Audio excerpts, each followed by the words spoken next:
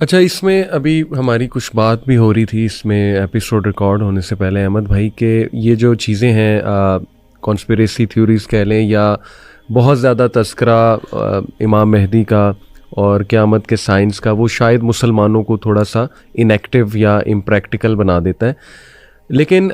मैं समझता हूँ कि अगर राइट अप्रोच यूज़ की जाए, देखें मकसद अगर ये हो, मैं पूछ भी रहा हूँ बल्कि आपसे एज ए वो सवाल कर रहा हूँ आप लोगों से कि अगर मकसद ये है कि इसलिए बताया जाए कि मुसलमान ज़रा तैयारी भी करें और स्ट्रैटेजी भी बनाएं। देखें मैं जैसे अब ये रेड हाइफर और ये जो बातें हमने की, तो डोंट यू थिंक कि मुसलमानों को जब ये अवेयरनेस दी जाएगी कि देखो इतना बड़ा एक फितना आने वाला है, तो थोड़ा सा मुसलमान जागें, मे बी प्रेशर क्रिएट करें, सोशल प्रेशर क्रिएट करें गवर्नमेंट्स पे, कुछ ना कुछ तो स्ट्रैटेजी बनानी चाहिए, या सिर्फ ये सोचना चाहिए कि नहीं अल्लाह ताला विक्ट्री हमें ही देगा, मतलब इन बातों की ज़रूरत भी नहीं है। तो आपका ख्याल है थोड़ा जगाने के लिए, उठाने के लिए ये बातें नहीं बतानी चाहिए? जी अली भाई, मैं समझता हूँ कंट्रोल्ड एनवायरनमेंट के अंदर इन बातों को करना चाहिए और बताना चाहिए हुदूद और क़ुयूद के साथ, वजाहतों के साथ ये बातें करनी चाहिए। लेकिन अनफॉर्चुनेटली सोशल मीडिया इस किस्म का प्लेटफॉर्म नहीं है। ये मेरी अपनी ज़ाती राय है। Social media is not a platform जहाँ पे आप ये बातें ज़्यादा कर सकते हो, क्योंकि सोशल मीडिया एक मैसेज तक जाता है एंड मैसेज जो है उसको कैसे लेंगी फिर आपके पास कोई कंट्रोल नहीं है। दूसरी बात ये कि इसमें है फ़ायदा है सही कि आप जब बताते हो कि नौजवान ख़ास तौर पे बहुत ज़्यादा उनको होता है अच्छा ये हो रहा, वो ऐसे हो गया वैसे हो गया। लेकिन क्वाइट फ्रैंकली मैंने जो देखा है अपने एक्सपीरियंस के अंदर, नौजवान इससे फैसिनेशन ज़्यादा लेते हैं, अमल कम लेते हैं। फैसिनेशन ज़्यादा लेते हैं, अमल कम लेते हैं। वेयर एज अगर आप कुरान की सिर्फ बात करेंगे ना, सिर्फ कुरान की, और कुरान के अंदर ये वजाहत के साथ ये बातें नहीं है, मौजूद नहीं है एक्सप्लिसिटली स्पीकिंग। आप कुरान को अगर लेंगे तो कुरान फैसिनेशन इतनी नहीं लेके आता जितना अमल लेके आता है, जितना चेंज लेके आता है। सो मैं बिलीव करता हूँ कि किसी को ये बातें, किसी को कुछ पता भी नहीं है ना इनके बारे में, कुछ भी नहीं पता ये एस्केटोलॉजी के बारे में और ये सारी थ्योरीज़ के बारे में, लेकिन उसको कुरान के बारे में सही पता है, उसको कुरान की नुसूस के बारे में पता है, कुरान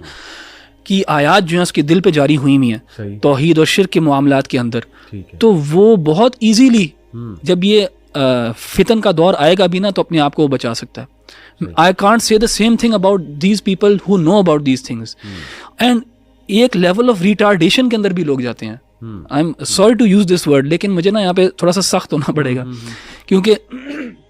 सोशल मीडिया के TRP के लिए ये बातें बहुत ज़्यादा होती हैं एंड बहुत ज़्यादा फिर वाह होती है उन स्पीकर्स की भी जो ये बहुत ज़्यादा बातें करते भी हैं। लेकिन वो ना एक रिटार्डेशन क्रिएट करते हैं हमारी जनरेशन के अंदर, जो कि फिर उनको समझ नहीं आती कि इन रिवायात को और इन चीज़ों को हम किधर रखें on a scale of importance, कितना आगे चलें इसमें, कितना ना चलें। एक बड़े मशहूर स्कॉलर हैं जो एस्केटोलॉजी पे बहुत ज़्यादा बात करते हैं, उनका ताल्लुक जो है वो आई थिंक जमैकन आइलैंड से है। उनके आप बहुत ज़्यादा स्टूडेंट्स देखेंगे, उनके अंदर अजीब किस्म के जो है ना पेसिमिस्टिक और अजीब किस्म के जो है ना आइडियाज़ हैं दीन के बारे में, और वो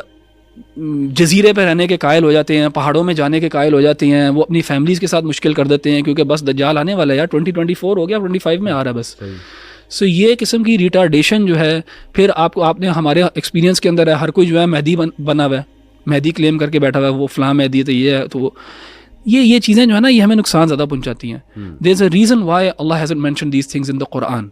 कुरान वो किताब है जो मगरिब पे भी पढ़ी जाएगी, इशा पे भी पढ़ी जाएगी, फजर पे भी पढ़ी जाएगी, यानी मैस जो है डिसेमिनेशन जो है वो कुरान की है। तो मेरे नज़दीक हिकमत यही थी अल्लाह सुब्हानहू तआला के हाँ भी कि इसको इस तरह बयान ना किया जाए, क्योंकि इसमें नुकसान पाया था बहुत ज़्यादा लोगों के लिए। और अहले इल्म जो तौरात के साथ जुड़े होते हैं, जो किताबों में देखते हैं, जो हालात हाजरा को, फ़िक़्हुल वाक़िया को भी जानते हैं, उनको सही तरह वो प्लेस कर सकते हैं। मैं समझता हूँ सोशल मीडिया ने एक डिससर्विस की है नौजवानों को ये चीज़ें बहुत ज़्यादा बता के। आई अंडरस्टैंड, और मैंने भी इस पे पॉडकास्ट किए, बात की, और ये बात दुरुस्त है कि देखने को यही मिला कि ज़्यादातर लोग फैसिनेट होते हैं, अमल कम होता है। लेकिन ये कि एक अच्छी नीयत के साथ और एक अच्छी स्ट्रैटेजी के साथ इस तरह के टॉपिक्स को डिस्कस किया जाए, कंट्रोल्ड तरीके से डिस्कस किया जाए, बजाय के बहुत ज़्यादा कॉन्स्पिरेसीज की बात की जाए, सोल्यूशन मैंने भी आपके ओरिएंटेड। साथ आके पॉडकास्ट पे 1-2 दफ़ा किया एग्जैक्टली, हमने और भी आपने इस पे किया, नोट किया होगा कि मैं बहुत नाप तोल के बात करता हूँ हाँ, इस पे नाप तोल के ही करनी चाहिए अहमद भाई, क्योंकि आप बिल्कुल सही कह रहे हैं कि एक तो इम्प्रैक्टिकलिटी बदअमली आती है, दूसरा एक डिफीटेड मेंटालिटी भी आ सकती है कि ये तो बहुत कुछ होने वाला है, लोग पहले ही बड़ा परेशान है। तो एक अच्छे अंदाज में, कंट्रोल्ड अंदाज में, मेरा ख्याल जैसे मैंने डॉक्टर हमाद लखवी के साथ भी किया, फिर हमने कुछ वैसे भी पॉडकास्ट किए, तो एक हद तक तो बिल्कुल ठीक है, आप सही कह रहे हैं, लेकिन हर वक्त ये कि इस तरह के टॉपिक्स पे बात करना, आई टोटली एग्री। एक और चीज़ मैंने इसमें देखी है कि आमतौर पे ये जो जिस तरह के टॉपिक्स से रिलेटेड अहादीस या इवन ऑरल ट्रेडिशन में भी हमें जो चीज़ें मिलती हैं ना, वो ज़्यादातर ना फैब्रिकेटेड है और ज़्यादा वो साबित शुदा भी नहीं है। इवन अब इमाम महदी की अगर आप देखें मामलात में बहुत कम ऑथेंटिक हदीस है, और जो अहादीस है ना, बल्कि वो इतनी जनरल है इन नेचर, और ये कुरान का एक ख़ास एजाज़ भी है, हमारे दीन का भी एजाज़ ये है कि बहुत स्पेसिफिक क्लेम्स नहीं करता। और हमारे दीन के अंदर यानी दज्जाल के बारे में कुछ स्पेसिफिक डिटेल्स हमें मिलती हैं, लेकिन जनरली जो वो बोलिए ना फैसिनेशन वाली जो क्रिएट करने वाली चीज़ें हैं ना, वो ज़्यादातर ज़ईफ़ और फैब्रिकेटेड चीज़ों में रहते हैं। इसीलिए उलमा कहते हैं कि आमतौर पे जहाँ पे आपको ये बहुत कोई फैसिनेटिंग चीज़ नज़र आए ना, तो इससे इंडिकेशन की हदीस में कोई मसला है, ज़ईफ़ है। अहादीस बहुत सिंपल है, इवन वाज़े हैं, उसमें कुछ स्पेसिफिक्स हैं, लेकिन जनरली इवन एस्केटोलॉजी के हवाले से भी जो अहादीस हैं बहुत जनरल है, which makes them difficult to actually interpret as well. क्योंकि अगर वो स्पेसिफिक होती ना तो शायद हम उनको प्लेस कर लेते करेंगे, लेकिन वो इतनी जनरल है, हमें समझ ही नहीं आती उनको कहाँ पे प्लेस करें। लेकिन इसमें मैं चाहता हूँ हम भी नपी तुली बात करें, यानी दो एक्सट्रीम्स है ना, अहमद भाई ने जो डिस्कस की, जैसे अहमद भाई एक एक्सट्रीम है कि बिल्कुल नर्ड बन जाना, और बहुत ही एक्सट्रीम में चले जाना कि बस दज्जाल आया खड़ा है तो निकलो।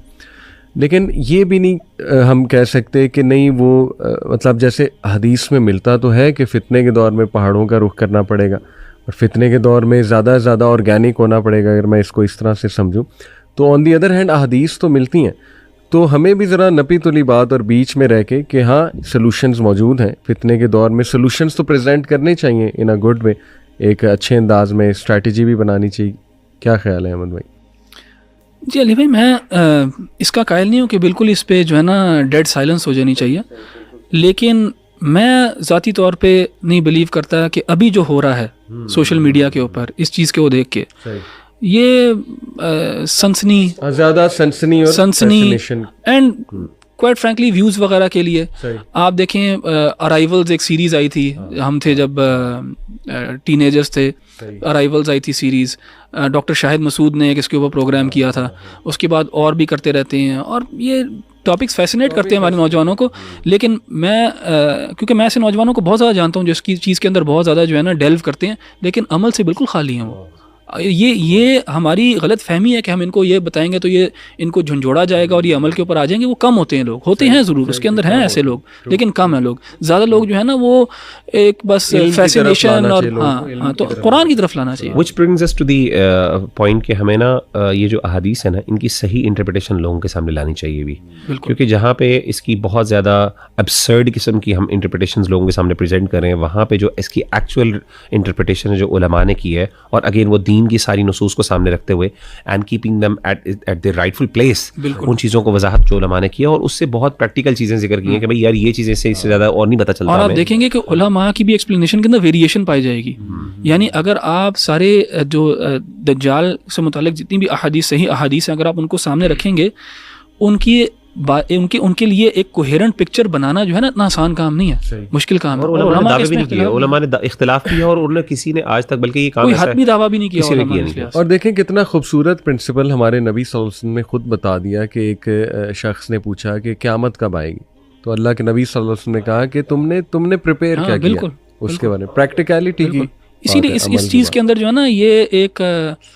प्रॉब्लम पाया जाता है इनहेरेंटली कि लोग जो है इस साइकिल के अंदर चले जाते हैं, फिर अमल के लिहाज से, अपनी तैयारी के लिहाज से, अगर वो कोई तैयारी कर भी रहे होते हैं तो वो दज्जाल की तैयारी कर रहे होते हैं, बजाय कि वो अपने अमल को ठीक करें और इन चीज़ों को देखें। सही बात।